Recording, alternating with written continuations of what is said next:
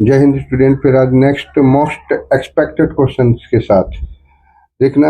If -4 is the roots of the quadratic equation, ये chapter है आपका क्वाड्रेटिक इक्वेशन से। -4 is the roots of the quadratic equation 2x² + px - 15 = 0। -5 इसका roots है।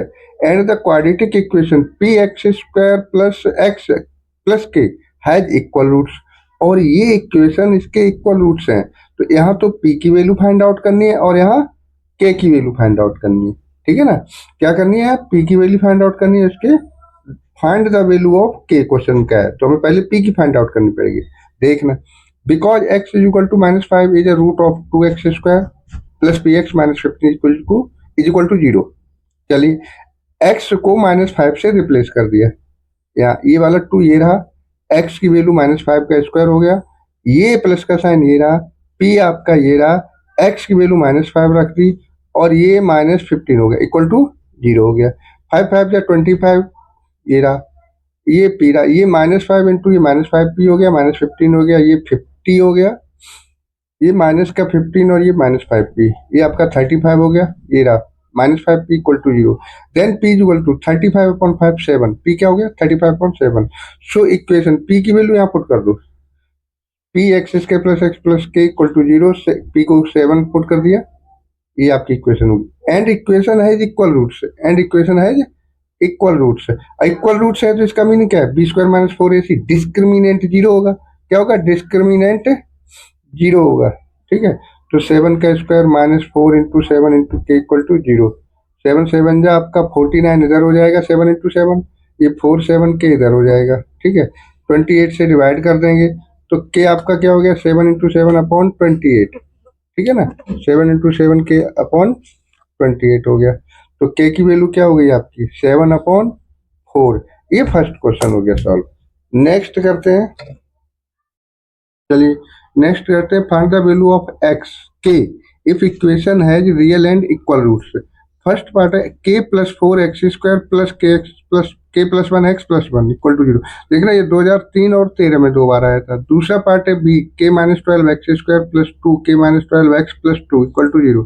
ये सीबीएसई में 2013 और 17 में आया था। चलिए फर्स्ट क्वेश्चन क्या है?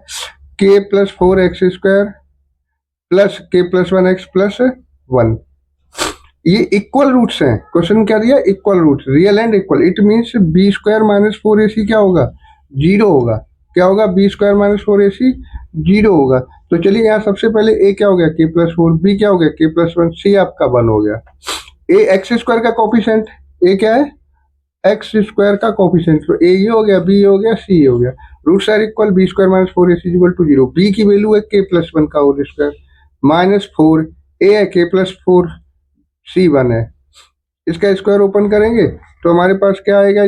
ये हमारे पास हो जाएगा k² + 1 + 2k 4k × -16। ये सॉल्व करेंगे तो आपका क्या हो जाएगा? ये k² और ये -4k 2k -2k और ये -15 हो गया। ठीक है ना, अब इसके मिडिल टर्म स्प्लिटिंग मेथड से फैक्टर करेंगे। 15 को 5k + 3k हो जाएगा ना, भाई 15 के स्क्वायर, तो माइनस का 5k प्लस का 3k, इन दोनों सॉल्व करो, 2k आ गया।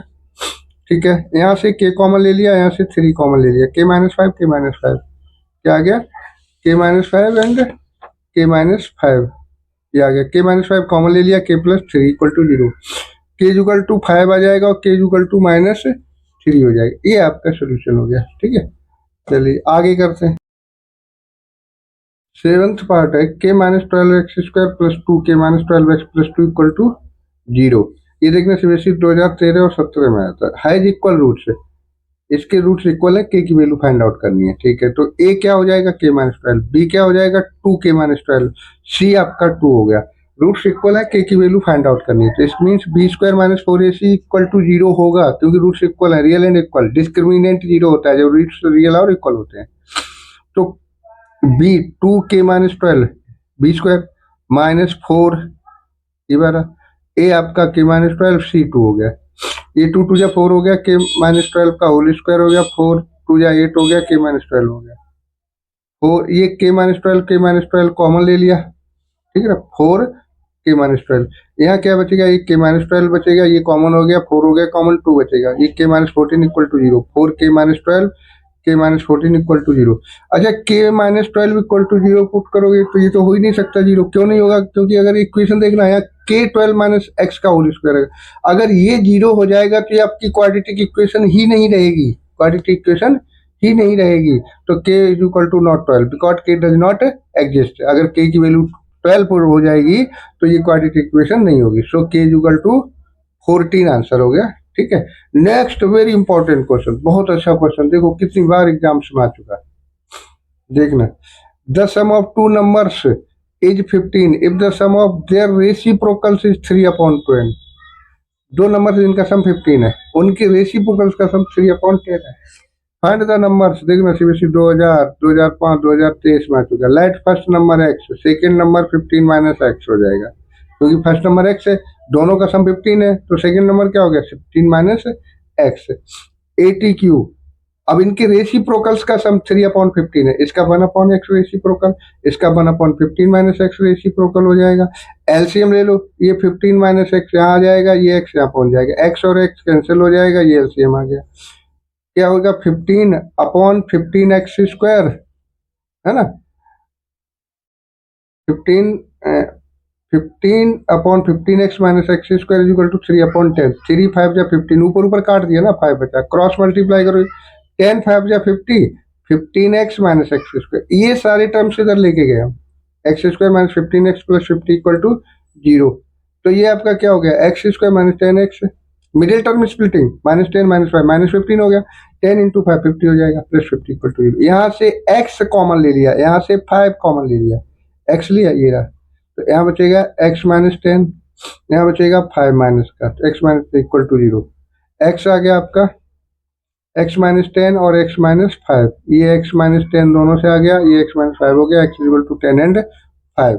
Therefore when x is equal to 5, तो फर्स्ट नंबर 5 हो गया, सेकंड आपका 15 माइनस x, क्योंकि कंसीडर ही किया था 15 minus x, first 5 second 10। If when x is equal to 10, तो फर्स्ट नंबर 10 हो गया, सेकंड 15 माइनस x, 15 माइनस 10 5 हो गया। देयरफॉर आंसर क्या हो गया, 5 10 हुआ या 10 5 हुआ। This is the very important question.